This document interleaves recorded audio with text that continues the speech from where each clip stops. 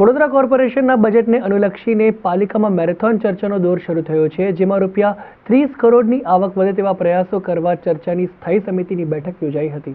Municipal commissioner દ્વારા સ્થાયી સમિતિમાં રજૂ થયેલ બજેટ બાબતને ચર્ચાનો દોર આજે બીજા દિવસે પણ પાલિકામાં ચાલુ રહ્યો અને સવારે 10:30 વાગ્યાથી રાતના 8:30 સુધી બજેટ વિશે ચર્ચા કરવામાં આવશે.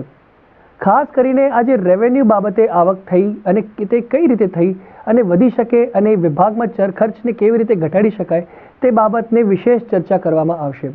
સાથે આરોગ્યલક્ષી અને સોલિડ વેસ્ટના કામોમાં જે ખર્ચાઓ થતા હોય છે સાથે સ્લોટર હાઉસમાં કઈ રીતે સુધારો કરી શકાય તે બાબતે ધ્યાન આપવામાં આવ્યું હતું. ખાસ જે મુદ્દાઓ છે એમાં આરોગ્યલક્ષી એ કામો હોય, સોલિડ વેસ્ટના કામો હોય, જે રેગ્યુલર રિકરિંગ ખર્ચા આવતા હોય, ખાસ કરીને જે કર્મચારીઓ મેડિકલ રિએમ્બર્સમેન્ટ લે છે એ ખર્ચો કેવી રીતે ઘટાડી શકાય એ બાબતમાં ડિટેલ ચર્ચા થઈ છે.